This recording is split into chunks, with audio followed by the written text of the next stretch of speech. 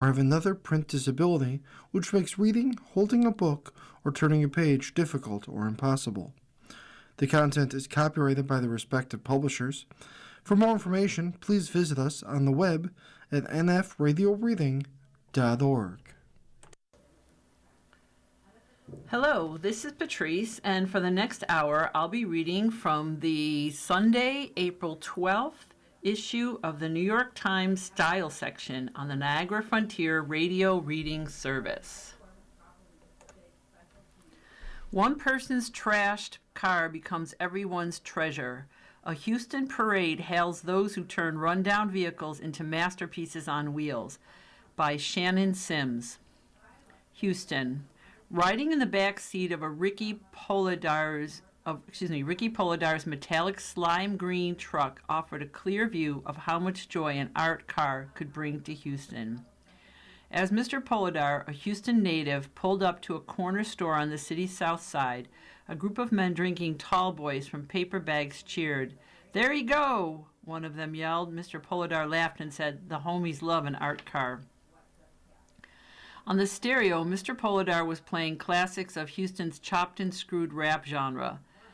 The bass rattled the countless aftermarket accessories he had welded and glued and Mod Podged onto his vehicle, creating a jangling cacophony that matched the car's festive exterior. Soon another truck pulled up alongside his. The driver rolled down his window. His young son was sitting on his lap, waving to everyone. Then his eyes widened as he took in the sight of a creation that seemed to belong more to a dreamscape than to the street. This was not just a car, it was an art car, a vehicle transformed into a kinetic sculpture built from imagination and often from what others had thrown away.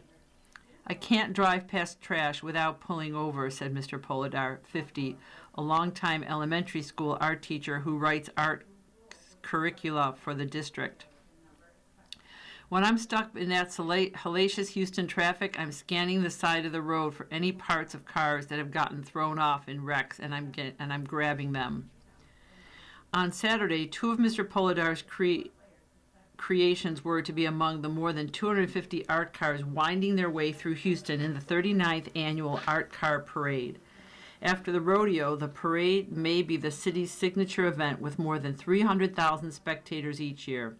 Other cities, Baltimore, San Francisco, Seattle, Portland, Oregon, and even Jaipur, India, have their own versions. But Houston, Texas's largest city, remains the movement's unofficial capital, the place where the idea first took hold and never quite let go. Houston is, in many ways, the perfect setting. It is one of the most car-dependent cities in the United States. Roughly 95% of the greater Houston area's 7.5 million residents have access to a vehicle. The city's vast sprawl and punishing summer heat make driving less a choice than a necessity. "So why not make it art?" Mr. Polidar said. The parade traces its origins to the early 1980s when a handful of Houston artists began embellishing their cars as personal projects. Eccentric, often obsessive expressions that blurred the line between transportation and sculpture. In 1988, the Orange Show Center for the Visionary Art, a local nonprofit dedicated to making art more accessible, organized the first parade to bring these creations into the public view. Throughout the city, art car artists have been rushing to pull off their visions and turn old cars into works of art. Some of these artists are adults. Some aren't from Houston but migrate to the city for the parade in wacky caravans. Saturday's parade was to be the capstone of a full weekend with events like a ball and a preview parade that visits hospitals and nursing homes. There would be awards for the best cars and $15,000 in prizes. Grand marshals have included celebrities like the comic actor Dan Aykroyd, the musician George Clinton, and the Olympic gold medalist Carl Lewis. The rules remain minimal. Whether it's been painted, welded, sculpted, dropped, chopped, bended, smashed, crashed, lit, or lifted, art cars come in all shapes and sizes and forms. Read this year's brochure. The only rule is that it must roll. Across the city in garages, driveways, and schoolyards, artists had been working for months to ensure that theirs would. But what might make Houston's art car parade so special is the fact that many of the artists are children. On a recent Thursday afternoon, just after the dismissal bell rang at the Arabic Immersion Magnet School in the Montrose neighborhood of central Houston, a group of students, still wearing their backpacks, excitedly shuffled their way toward the back of the school where their class's art car awaited their attention. The students rushed to grab cups of white paint and went to work. Zainab, said Justin Larson, the art teacher, please watch your scarf.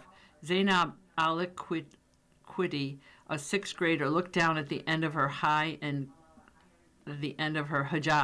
and groaned when she discovered she had accidentally dipped it into paint, as so often happens. It's okay if I notice it quickly. I can wash it off, explained the 12-year-old as she rinsed the hijab under a faucet. This is her third year working on an art car. I love how people get really creative with our themes and how we can incorporate Arabic into ours. This story continues. I've read maybe half of it, but if you would like to hear the entire article, please do call 716-821-5555, and a member of the staff will happily read you the entire article. At this housewarming, you make yourself at home. Athena Calderon had a party in Tribeca, and some well-known guests arrived. By Madison Malone Kircher. Martha Stewart was standing in Athena Calderon's bathroom, clutching a fizzing glass of champagne that had just been handed to her by a bartender stationed in the shower stall. Okay, I want to make sure I read that right. Yes, I did. Ms. Calderon, a multi-hyphenate type whose credits include interior designer, chef, author, and founder of the lifestyle brand iSwoon, was hosting a housewarming party. The house in question, the Tribeca apartment she and her husband, the DJ and music producer Victor Calderon, purchased in 2023 for $6.3 million, and which Ms. Calderon has spent the last several years renovating. I actually used to go out with the former owner, Ms. Stewart said of the couple's new home, referring to Thierry Despont, the French architect best known for restoring the Statue of Liberty in the Ritz, Paris, who died in 2023.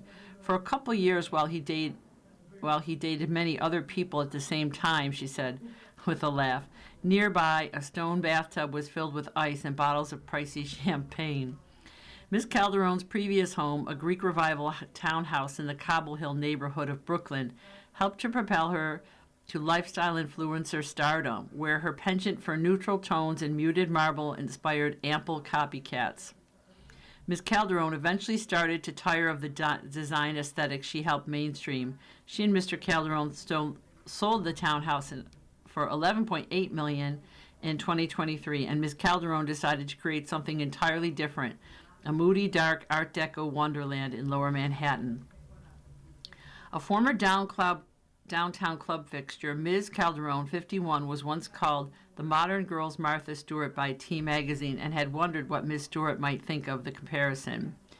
Ms. Stewart, 84, had worked as a stockbroker in the late 1960s before moving to Connecticut, rehabbing an old farmhouse and building a powerhouse lifestyle brand.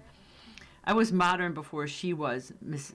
Stewart said when they asked the reporter about the comparison. She has her own fabulous style, Ms. Stewart added, before making her way to take a closer look at some bedside tables detailed with tiny pieces of shattered eggshells. Elsewhere, guests congregated in a wide hall. You just missed it. We were doing caviar bumps, the model Ashley Graham said to Ms. Calderon, whose copper-hued slip dress pooled on the floor, mirroring the drapery in the living room. Tuco, the family's dog, darted out from Mr. Calderon's studio across the hallway where the couple's son, Jivan, sat surrounded by shelves filled with his father's vinyl collection. Later, the designer Nate Berkus stepped into the quiet, acoustic paneled room while giving a tour to another guest. The chef, Andy Baragani, stood inside the media room across from the studio, chatting with several designers. The small sitting area with a television featured a lacquered ceiling and a faux skylight, which Miss Calderon said was partly inspired by a ride she took on the Orient Express for her 50th birthday. A longtime friend of Miss Calderon's, Mr. Baragani said that when he first saw the Tribeca apartment, he thought to himself, "This is so not Athena." He quickly came around, he said. "What makes her so special is that she's constantly evolving," Mr. Baragini said of Ms. Calderon.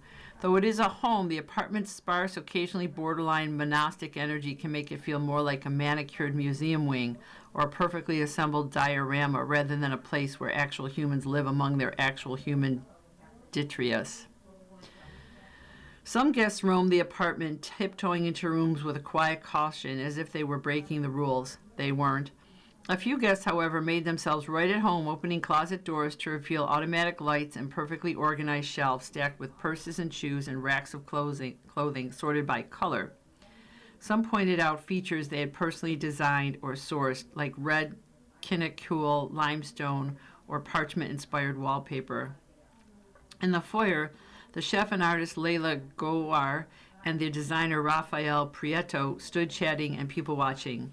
"I think the place is really beautiful, obviously, but I was also noticing that a lot of women are dressed like the place," Ms. Gohar said, gesturing to one woman standing nearby in a black and white outfit with a deco-esque tasseled neck scarf.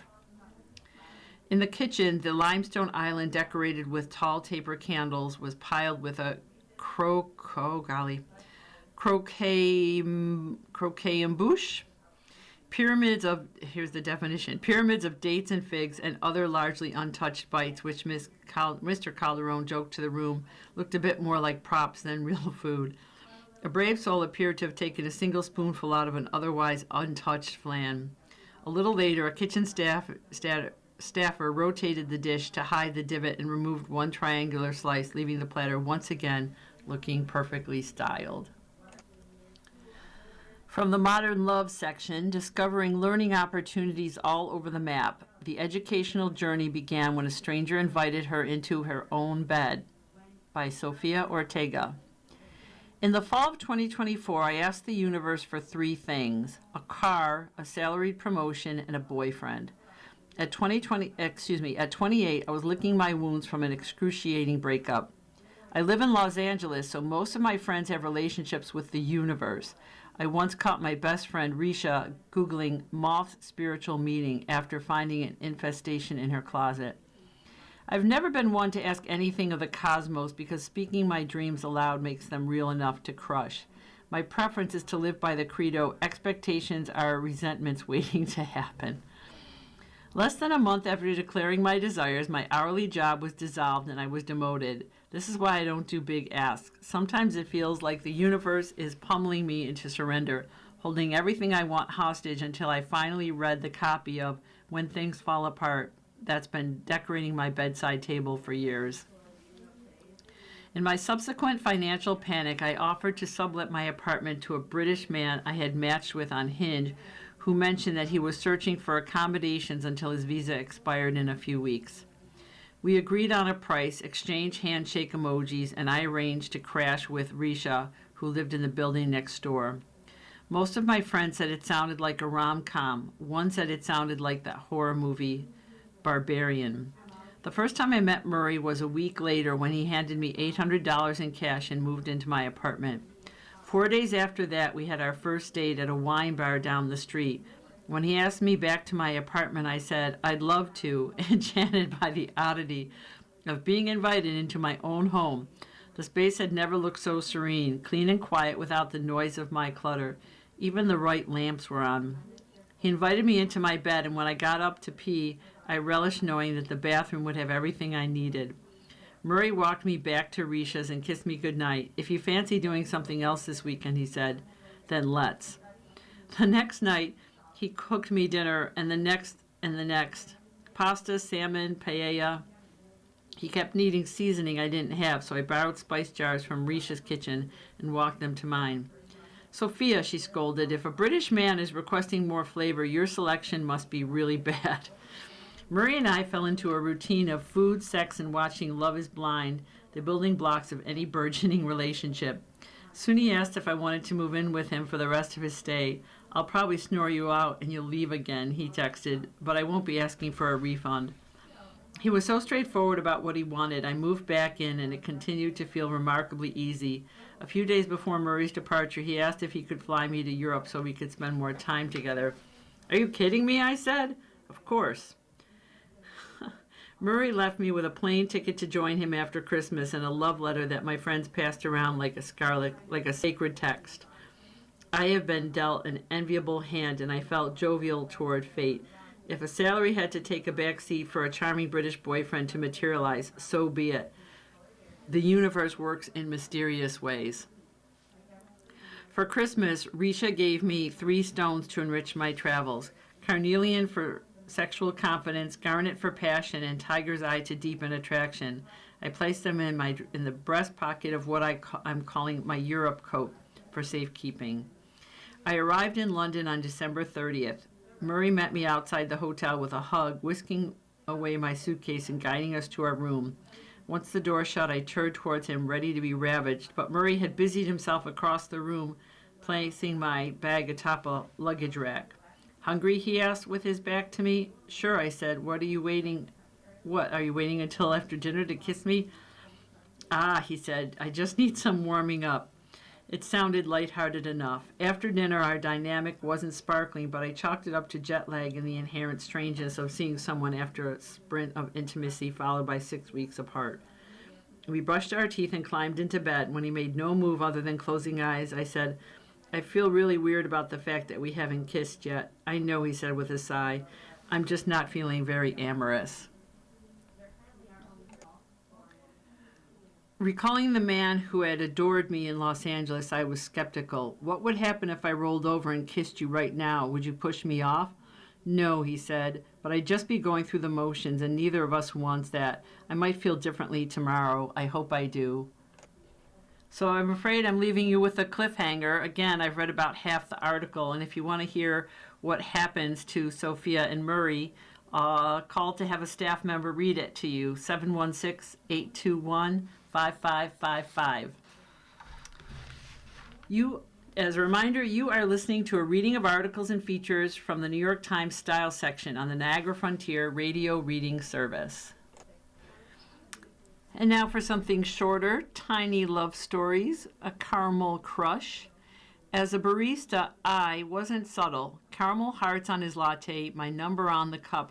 We need to go out sometime, I said, multiple times. He thought I was being friendly. My advances rebuffed and confidence shaken, I had one final try in me. I'm in a fashion show for the vintage shop around the corner. You should come. Yeah, maybe, he said. That night, walking the runway, I scanned for him. No sign. Commiserating with friends outside, I said, I guess it just isn't meant to be. Then a tap on my shoulder. Am I too late? Not at all. By Canon Rearsguard. Cosmic Production. A magazine's mission is to bring the wonders of space down to Earth. By Stephen Kurutz. As Artemis II lifted off on April 1st, sending NASA astronauts on a 10-day swing around the moon, another cosmic venture was preparing to launch, Space Junk. The timing seems right. The first issue will come out in May, shortly after the Artemis's exploratory flight. China is aiming for a moon landing, as is the next Artemis mission, and the billionaires, Jeff Bezos and Elon Musk, are reaching for the stars with their rocket companies. It does feel like we're in a second space race, Jack Mills, a founding editor of Space Junk, said by phone from his home in London. A publication on all things space was there for the taking. He added, Space Junk is not a science magazine, but rather a kind of art book, planned to be published annually. It's more interested in aesthetics and emotional experiences than, say, recent findings in quantum mechanics. We wanted it to be accessible, said Joe Evenden, Space Junk's co-founder and visual director. We're not scientists. It's meant to be very much approachable. Mr. Mills, 39, is the former editor of the British youth culture Bible, Dazed, and the current editor of the men's fashion biannual, Another Man. Ms. Evenden, 37, was the photo director at Dazed and now works for Art Partner, an agency for artists and photographers in New York City. To help with Space Junk's art direction, Mr. Mills and Ms. Evenden brought in the New York Creative Studio special offer. Although the magazine's founders are devoted to the future, they still like print. Just being the agents we are in our backgrounds, I want to hold something and keep it, Ms. Evenden said. I can't keep a website. I want to feel it in my hands. With a newsstand price of $41, Space Junk is the kind of thing you might find at shops that carry Kinfolk, Man About Town, and The Rake. Mr. Mills said that Space Junk had given him an opportunity to step away from the trend chasing of his day job. For the first issue, he commissioned the autofiction writer Chris Klaus to interview 2 astronauts with the European Space Agency. Ms. Evenden sent the photographer Chris Lenz to Armenia to document an abandoned Soviet-era telescope, which looks like it's from a sci-fi set, she said. For the cover story, the Magnum photographer Trent Park shot the remains of America's first space station, Skylab, which crash-landed in Western Australia in the late 1970s. His close-ups of the rusting debris have an odd beauty. Mr. Mills and Ms. Evenden consider Space Junk a passion project. They largely funded the production costs themselves, though the fashion label Bottega Veneta advertised in the pilot issue, underwriting some of the expense. In mining a subject that's been historically reserved for scientists and engineers, Mr. Mills feels he has discovered magazine riches. It's not about the act of space travel, he said. It's that feeling of the unknown, of the future, that engages me. Heir to a legacy of glamorous shoes, a Herbert Levine superfan is reviving for a new generation the brand that closed in 1975, Biola Mzizi. Picture Jacqueline Kennedy Onassis. You might see her in a pillbox hat or maybe pearls, but probably not in pumps with a sheer fabric that goes above the knee, over the backside, and around the waist. Yikes. That combination of footwear and hosiery is among the latest offerings from Herbert Levine, an American brand known for making shoes worn by the former First Lady. Some of her successors were also fans of the label, as were entertainers like Marilyn Monroe, Liza Minnelli, and Nancy Sinatra, who wore white Herbert Levine go-go boots in photos promoting her song, "These Boots Are Made for Walking." Ms. Sinatra's boots and all Herbert Levine's shoes from that era were designed by Beth Levine, the wife of the brand's anonymous founder. A pioneering footwear designer, Ms. Levine, who died in 2006, was known for a look that married personality with polish.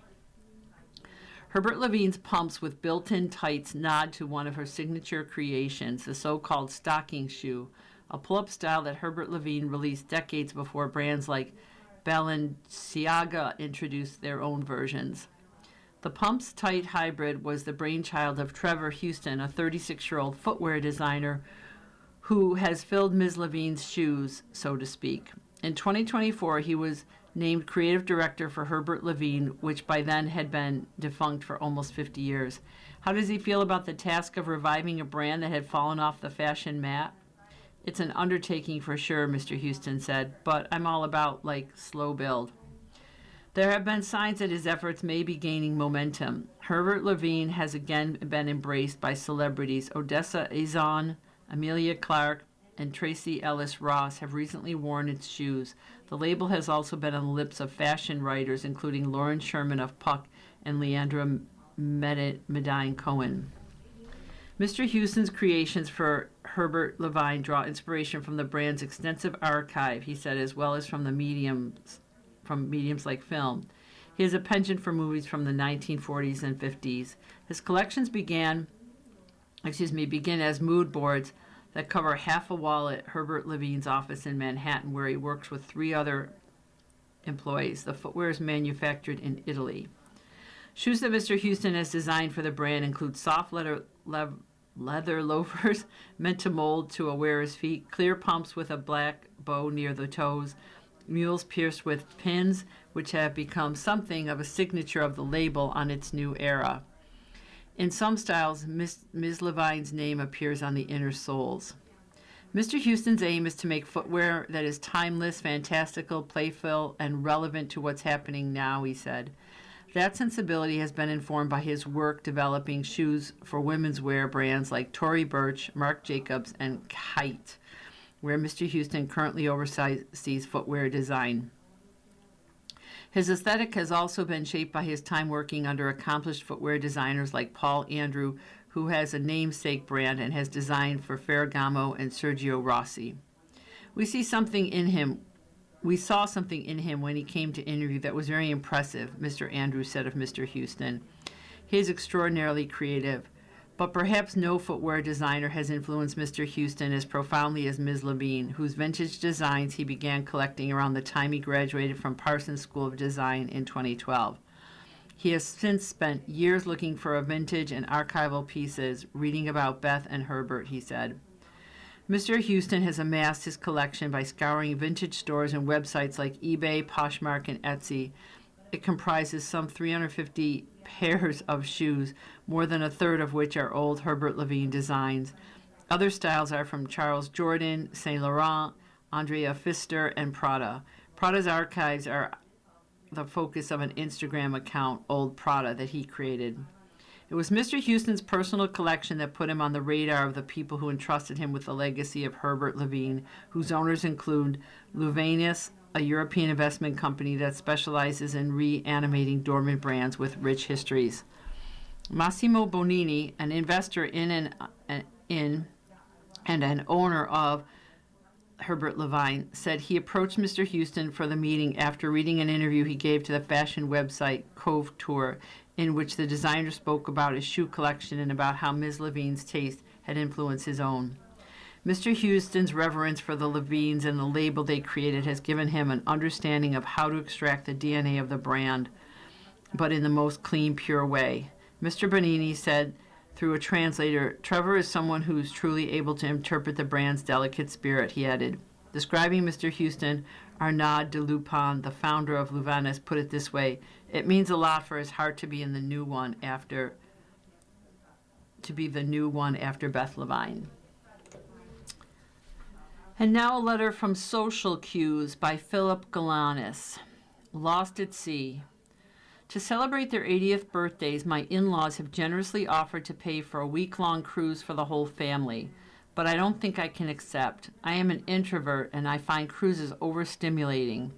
I suggested a shorter cruise and even offered to pay for my own travel to make it work, but my father-in-law made it clear that this particular trip is the one they prefer. I want to honor their milestones, but I'm worried that the cruise will overwhelm me, and that's now I want to show up for their big occasion. Is it unreasonable to decline this gift? Signed, daughter-in-law. If a week-long cruise with your spouse's extended family is more than you can handle, I respect your decision. As an introvert myself who frequently forces himself to be more extroverted, I know the emotional toll and resentment that can come from accepting invitations that I know in advance are wrong for me. So it's in the spirit of understanding that I offer a few ideas to consider before you decline the invitation. A partner can be a terrific ally here. By agreeing to clear out of your cabin, your spouse can give you the most of the day to recharge on your own.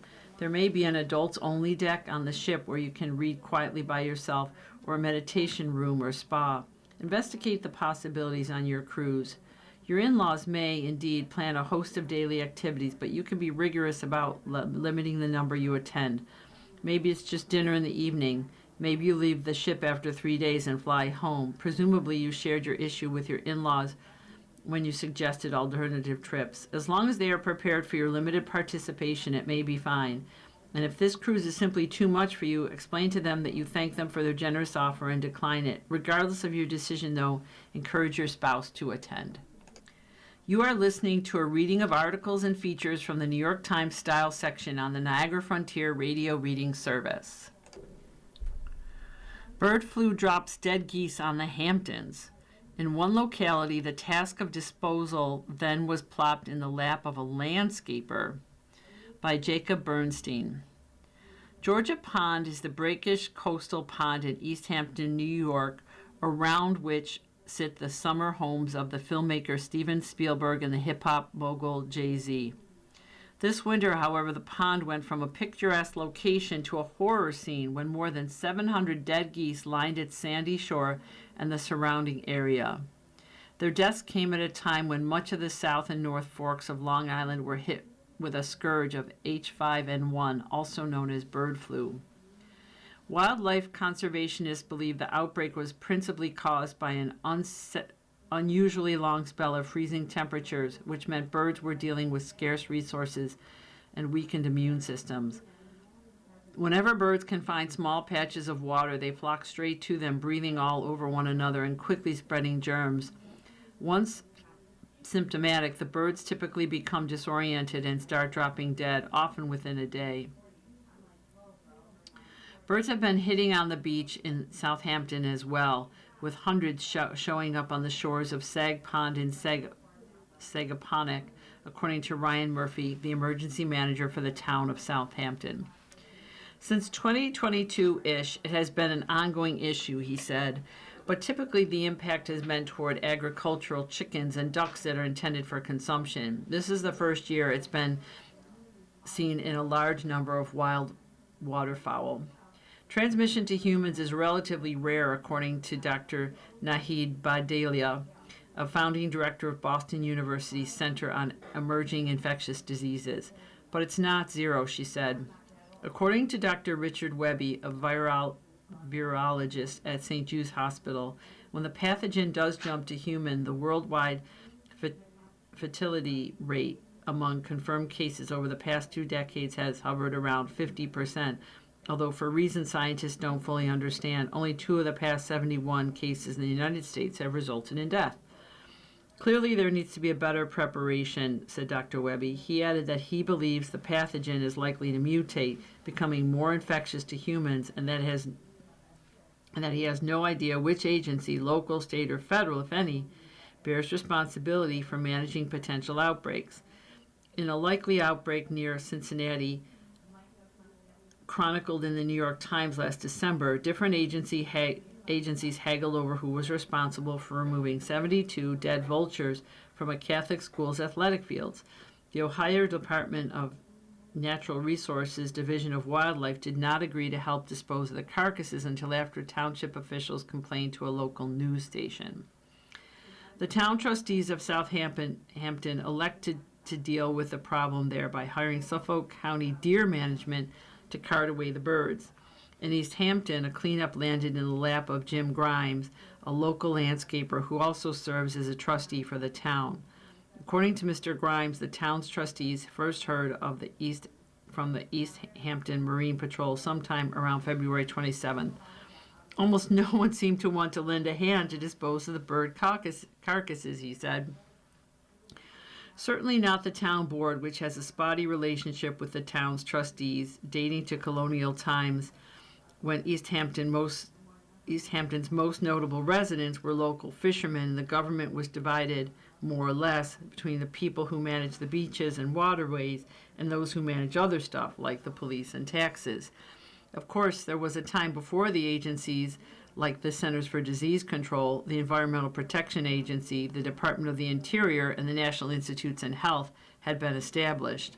It was also a time when infectious disease specialists did not worry about avian flu jumping to various members of the animal kingdom, whether they are Fortune 500 CEOs or their $4,500 golden doodles.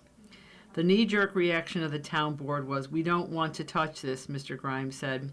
When the Times spoke by phone recently with Patrick Durenz, public information officer for the town, he assigned responsibility to the town's trustees. Mr. Grimes said calls had also been placed to the New York State Department of Environmental Conservation. It advised that the dead birds could be triple bagged and taken to Stony Brook University for testing. The website also provided disposal recommendations, either by incineration or burial.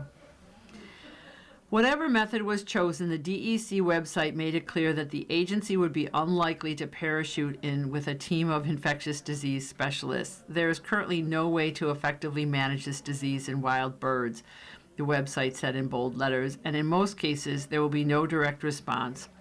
Mr. Grimes asked several of his fellow trustees for help.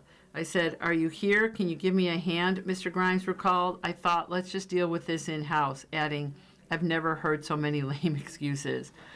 So with a little advice from his son, Noah Grimes, a Texas-based equine veterinarian, Mr. Grimes put on a white coverall suit, an N95 mask, and went to work. He dug 2 foot deep, 4 foot wide, 30-foot long trench in a secluded area on the southwest side of the pond, past the intertidal zone, he noted, and he used his Ford Ranger truck to transport some 200 birds to the site. He hopes it will be their final resting place. Within days, more than 500 other dead birds were found nearby. These were buried by Mr. Grimes and his small landscaping crew in a field on Accabonac Road a few miles away. Kathy Cunningham, executive director of the Village Preservation Society of East Hampton, was one of many nearby residents who said Mr. Grimes had behaved heroically. The fact that Jim did all this on his own was a real kindness, she said. But Mr. Grimes was also paid nearly $6,000 by the trustees to conduct the cleanup operation. That led to a sporadic complaints of insiders dealing in a community that is known for it.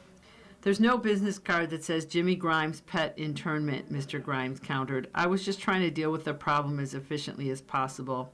The cost for Southampton's cleanup effort was well over $20,000, according to James Mack, president of the town trustees. Del Cullum, a wildlife photographer who previously served as a town trustee, penned a diatribe posted on Nextdoor calling the beach the absolute worst place to bury infected birds. Doing so, he said in all caps, was no different than burying infected medical waste in the sand. In an interview last week, Mr. Cullum called the beaches of East Hampton a superhighway for foraging raccoons. They're going to be digging in the soil, he said. Foxes are going to be digging in the soil. I don't want to say someone's crazy, even though they really are, Mr. Grimes shot back, going on to say that he has yet to meet a raccoon that digs 2 to 3 feet into the ground. But he said, if the situation were to reoccur, I wouldn't bury them on the beach again. A wedding weekend, no spouse required. For some singles, birthday parties can have that big day vibe, but without any rings. By Sarah Lyon. On February 6th, Brittany Allen donned a white Malia London bridal dress as she walked down the staircase at Hinwick House, a mansion in the English countryside, to the sounds of Johann Pachelbel's Canon in D.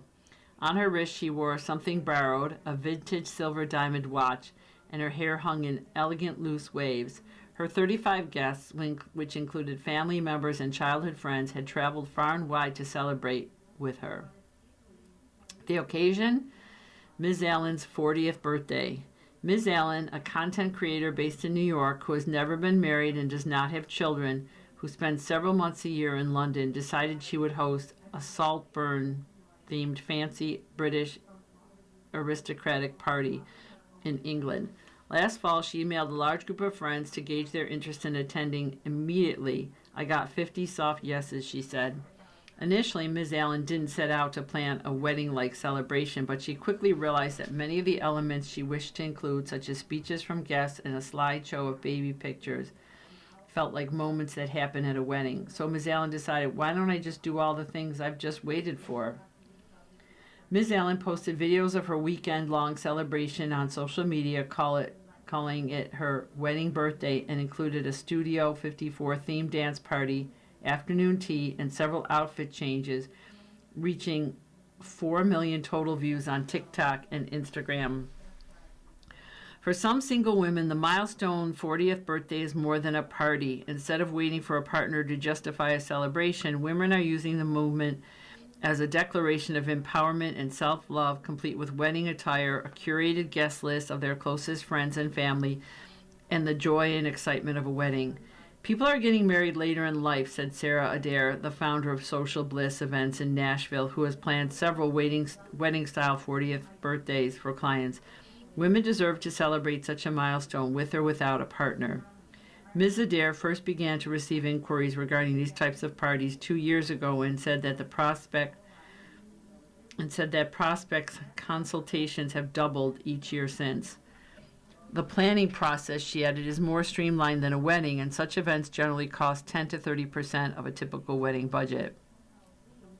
Sarah Jacobson, who lives in New York and works in advertising, planned a destination 40th birthday trip in Mexico City in January. Normally a huge birthday person, she often coordinates a celebratory dinner or happy hour with friends. But as turning 40 approached, I wouldn't necessarily say I was dreading it, but I wouldn't say I was thrilled, Ms. Johnson said. At the encouragement of a friend who had previously hosted a birthday trip, Ms. Jacobson began to seriously consider the idea and reached out to a large network of friends via email. When it came down to it, I was really surprised by how many people really committed to it, saved up for it, set aside the time, Ms. Jacobson said. Among the 12 attendees were friends from childhood, New York, and work.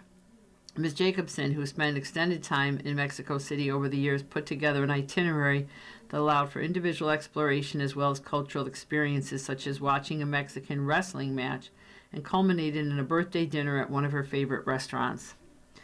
Dressed in a see-through sequin set from the Australian brand VRG GRL, Ms. Jacobson cried as she delivered a toast to her friends during the celebratory dinner. I wasn't ever thinking of this as a replacement for a wedding, Ms. Jacobson said. I don't know if I even want a wedding. To me, what was so special was that I had all these people in my favorite place, which is really rare as an adult, and that aspect did feel like a wedding. Amanda Bart, an executive assistant in New York and a friend of Ms. Jacobson for more than a decade, was among the guests at the celebration and described the moment as powerful. So much of our adult lives are spent marking the traditional milestones you hear about your whole life: engagements, marriages, babies, first homes, Ms. Bart, 43, said. For women who aren't partnered, there's often no external occasion prompting this kind of celebration, so creating one yourself is a genuine declaration of self-worth. Alyssa Pettinato, the owner of Alinato Events in New York, helped her best friend plan a blowout wedding-style 40th birthday in March of 2025. Millennials like to party, she said. We like to show up and show out. Ms. Pettinato estimates that her friend, who is single and childless, spent nearly $50,000 on her 75-person affair at Le Jardinier in New York, which drew friends and family members from across the country. Even women who have experienced more traditional life milestones are embracing wedding-style 40th birthdays. Terry Ferry, the founder of TMF Events in Los Angeles, worked with a client who was a mother of 3 adult children but had never been married. Ms. Ferry's client, who was turning 40, wore a sparkly floor-length gown to the party she hosted for 80 guests last November. The event featured a DJ, a photographer, and speeches from friends and families. She's like, I built this life, and I did it all on my own, Ms. Ferry said of her client's philosophy. Why do I have to wait to celebrate until some man wants to marry me? You are listening to a reading of articles and features from the New York Times Style section on the Niagara Frontier Radio Reading Service. Putting marriage and tulips on their timeline. Sean Matthew Miller wasn't looking for love when he traveled to New York City in May of 2019. He was hoping to land a job. He had flown in for an interview at BuzzFeed for a senior learning specialist role, and out of curiosity, he decided to dip his toe into New York's dating scene by perusing the gay dating app Scruff. That's where he found Ivan Henry Gilks. Mr. Gilks happened to live a block away from where Mr. Miller was staying in Williamsburg, Brooklyn. After messaging on the app, they met in front of a Have a Bagel in Williamsburg, then took the subway into Manhattan to do some shopping. They ended up spending the next 3 days together, people watching in Washington Square Park, watching RuPaul's Drag Race, and having lunch at the now-closed Fete Sau in Brooklyn. Neither was looking for a serious relationship, but after Mr. Miller, 36, returned to Tempe, Arizona, where he was living at the time, the two kept in touch almost daily. Mr. Miller didn't get the job, but he left with something better, a budding long-distance relationship with Mr. Gilks. To see if their connection could go deeper, they planned to meet in San Francisco in September of 2019. It was romantic-esque before we met in San Francisco, and San Francisco was to see if it could be romantic fully, Mr. Gilks, 38, said.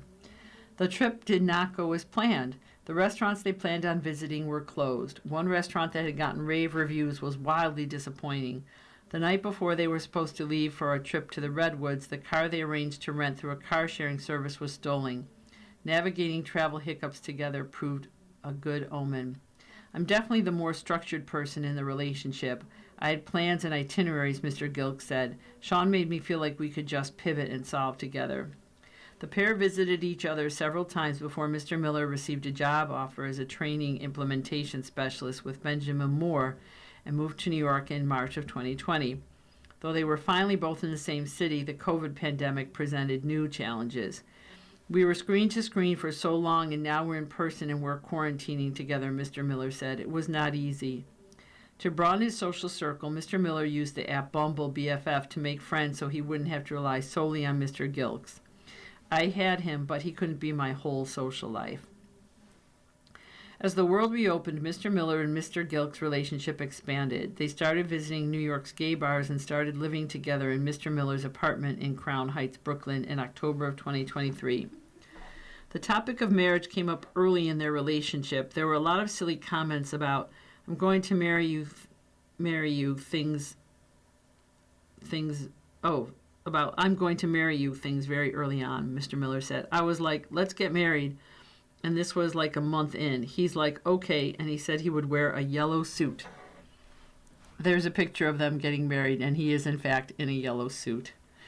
The second week of December 2024, Mr. Gilks proposed to Mr. Miller in Washington Square Park, where they had their first date, with a white gold ring from VRAI. About a month later, at the Brooklyn Botanic Garden, Mr. Miller gave Mr. Gilks a gold and platinum band from Mokium. I told Sean that he can't propose to me because I'm really contrarian, Mr. Gilks said, and if he had asked, I would say no, just because I would feel like it's not on my timeline.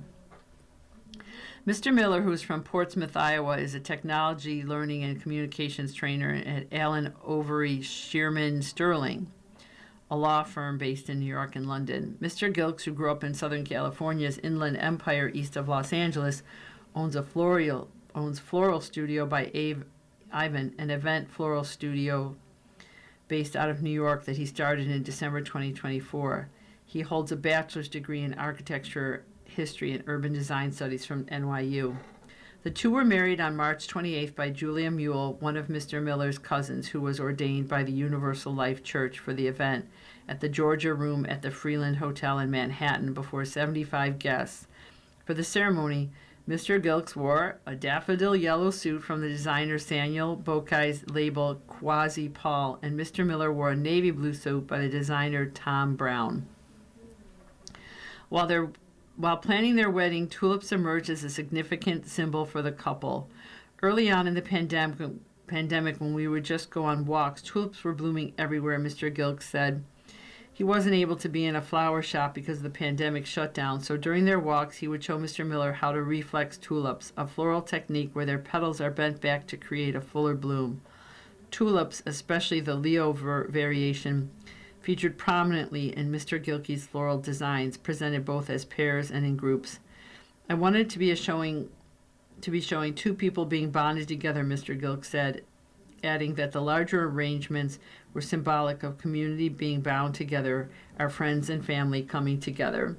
This article was by Cassia Pilat. After Scrabble, things started to fall into place. It's hard to say that Sarah Elizabeth Luciano and Samuel Bobley ever officially met, considering they had known one another all through middle and high school. But in 2008, when Ms. Luciano was a junior and Mr. Bobley was a senior at North Shore High School in Glen Head, New York, mutual friends invited them both to play Scrabble at lunch. Mr. Bobley was excited about the invite. Sarah was definitely on my radar as an attractive person I was interested in, he said. And Ms. Luciano was excited about how much fun she had playing. He's annoyingly good, she said. I liked it, though. I knew he was smart. The two chatted on AOL Instant Messenger, and a few weeks later it was Halloween. Mr. Bobley came to school dressed as Ms. Luciano's favorite teacher, Brian Rodahan. He stopped by Mr. Rodahan's history class and did a few imitations, which were well received by the teacher and students, including Ms. Luciano. I liked how Sam was funny but not boisterous and obnoxious, Ms. Luciano said. He was more reserved but had really funny lines. He doesn't need all the attention. That night they went to a Halloween party at a mutual friend's house. Best decision I ever made, Mr. Bobley said. There they exchanged phone numbers. In early November, they went on their first date. Since Sam was a senior, he had a car, Ms. Luciano said. So during third period, he drove me to Starbucks to get a chai latte something I never got to do as a junior with limited off-campus privileges. On their second date, soon after, they went to see Four Christmases, the 2008 movie starring Vince Vaughn and Reese Witherspoon. In the car, he played the entirety of A Rosy Christmas by Rosie O'Donnell. Pure romance, Ms. Luciano said. That was how I wooed her, Mr. Bobley said. They were officially a couple soon after, and things were smooth sailing for the 2 years after they began college before they took a break and then got back together. They took another break when Ms. Luciano moved to Los Angeles in February 2019 to pursue a career in acting.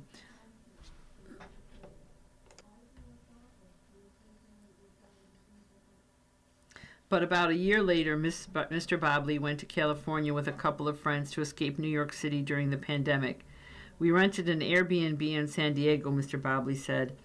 I was chirping at her. Soon, those texts escalated, and in February 2021, they met for lunch.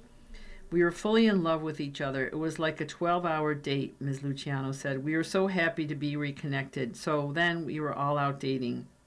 She moved back to New York soon after to be with Mr. Bobley. I technically lived on Long Island with my parents for the first couple months, but stayed with Sam in the city most of the time.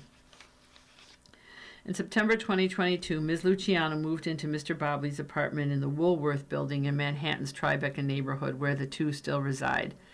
Mr. Bobley proposed in August 2024, and Ms. Luciano had been part of the ring designing process, which Mr. Bobley used to keep her from knowing when the actual proposal day might be. The jewelry designer with whom they were working, Zaida Dua, helped me with a little misdirection by telling Sarah the ring wouldn't be ready for 6 or 8 weeks, but he already had it. The couple went to Bond Street Sushi for dinner the night of the proposal. Their parents, siblings, and best friends, unbeknown to Ms. Luciano, were decorating their apartment for a celebration. Mr. Bobley had asked the doorman to be the photographer, and as they waited for the elevator to take them to their apartment, Mr. Bobley dropped to one knee. I was shocked, Ms. Luciano said. Ms. Luciano, 33, is a content creator with 145 followers on Instagram and 500,000 on TikTok, as well as a comedian with residency at Broadway Comedy Club and performs throughout the city. She attended the University of Delaware and was raised in Seacliff, New York. Mr. Bobley, 34, is founder and the chief executive at Acrolis, a financial technology company focused on AI-powered loan underwriting. He holds a bachelor's degree in communications and business from the University of South Carolina. He was raised in Glen Head, New York. The two were wed at the Manhattan City Clerk's office on March 25th by Yanfeng Chen, Ms. Luciano's parents, Elizabeth and Nino Luciano, and Mr. Bobley's parents, Lori and Peter Bobley, were in attendance. On April 4th, the couple had a celebration at Caesar's Palace in Las Vegas with a ceremony led by Ms. Luciano's older brother, Michael Luciano, with 150 people in attendance. Marriage may be a gamble for some, but not for Ms. Luciano, Mr. Bobley. As the bride put it, we've been crazy about each other since we were 16 years old. This article is by Jenny Block. And now a couple more questions and answers from Social Cues by Philip Galanes. Poetry with a side of coquetry. I attend a weekly poetry class at the public library. A woman in the class has called out to me several times when I enter the room. Hello, Andrew. We are both in our 70s. But when I try to speak with her after class, she gives me a beautiful smile but doesn't speak a word, not even to answer direct questions. I walk away in confusion. If she dislikes me, why greet me so publicly when I walk in? Signed, Andrew. Here's the answer. Very mysterious. Still, I doubt that your classmate dislikes you. Perhaps she is setting a boundary. She feels comfortable greeting you but doesn't want further interaction. I don't know what to make of the Mona Lisa smile, but for now you have enough information to respect her preference and limit yourself to greeting her in return when you enter the room. Another question. Not ready for the small time. My 11-year-old daughter just announced that she would like to sing in her school talent show in a few weeks. The problem, she's not a good singer, and she doesn't have a song in mind. I would like to suggest that she spend more time planning and preparing before she gets up in front of the entire school. We have a candid relationship, and she would probably be receptive to my suggestion, or should I just let her do it? Signed, Mom. The answer. I respect your protective impulse, but I think you can prepare your daughter and support her participation without hampering her confidence, which is terrific. Tell her that if she wants to perform in the show, which might be fun, she should get on the stick by choosing a song and starting to practice it ASAP. You can also suggest that she enlists the help of a music teacher or an older student who has performed in the show before. If she gets it together, great. If not, there's always next year. And don't worry too much about her voice. Middle school talent shows are usually more about Taylor Swift mimicry than virtuosity. All right, and here's another question. When did yeses become maybes? We recently hosted a birthday party for our 3-year-old. We sent out digital invitations weeks in advance, and based on the responses, we bought food, drinks, and party favors for attendee. But on the day of the party, 40% of the confirmed guests were no-shows. We found this frustrating, costly, and rude. Is this the way things are now? Signed, the host. Sadly, I've received several letters in recent years suggesting that some people have begun to view accepted invitations as options as opposed to commitments.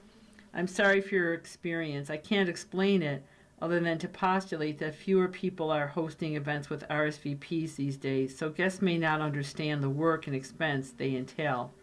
The good news, I suppose, is that the toddler guest of honor was blissfully unaware of the high percentage of no-shows. I hope your child had a happy birthday. For help with your awkward situation, send a question to socialq at nytimes.com. And social Q is Q, just the letter. Philip Galanes on Facebook or at social Q Philip on X. You've been listening to a reading of articles and features from the apologies. You have been listening to articles from Sunday, April 12, 2026, New York Times Style section. We read from the New York Times Style section every Wednesday at 11. Your reader has been Patrice. It has been my pleasure. Thank you so much for listening and have a great day.